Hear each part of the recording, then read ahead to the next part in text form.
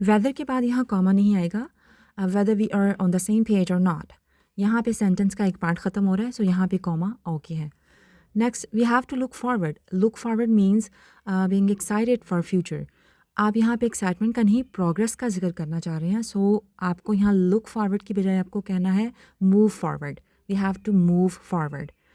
And next sentence में move forward and make a decision that allows us to move forward and achieve our goal।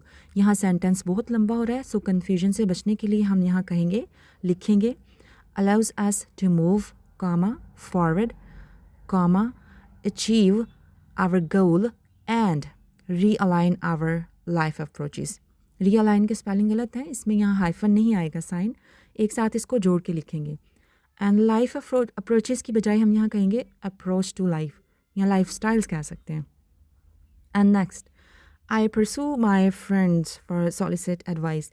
यहाँ पे परसू जो है ये required verb नहीं है फ्रेंड्स के लिए। You can say I ask my friends for to seek advice. You can say solicit advice की बजाय you can say to seek advice.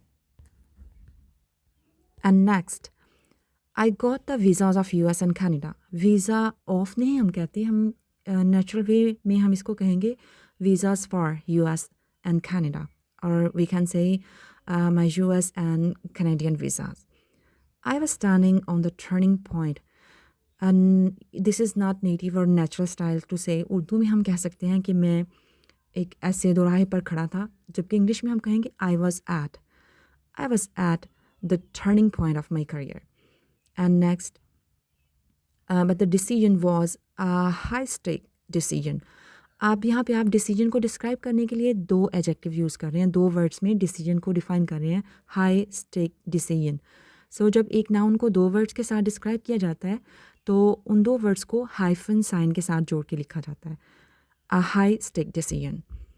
Next, whether I had to decide which country to move।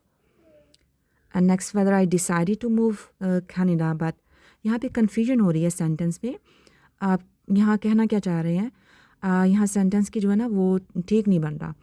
So I decided whether I should move Canada, यहाँ पे इस तरह से कुछ होगा। And next, the weather that country was very bad। weather of that country you can say was very harsh, is very harsh। goes to minus degree, goes यहाँ पे हम कहने की बजाय वेदर के लिए हम कहेंगे drops to minus degree। Next is management was very powerful. Management के लिए हम पावरफुल कहने की बजाय हम ये कह सकते हैं well organised. And people always carry on safety measure. People carry on की बजाय हम कहेंगे they follow safety measures. Safety measures यहाँ पे हम कहेंगे। And fluctuating weather, fluctuated word जो है it is use for something which is countable. So weather के लिए हम यहाँ पे ये वर्ब जो है वर्ड यूज़ नहीं होगा, हम यहाँ पे कह सकते हैं चेंजिंग वेदर।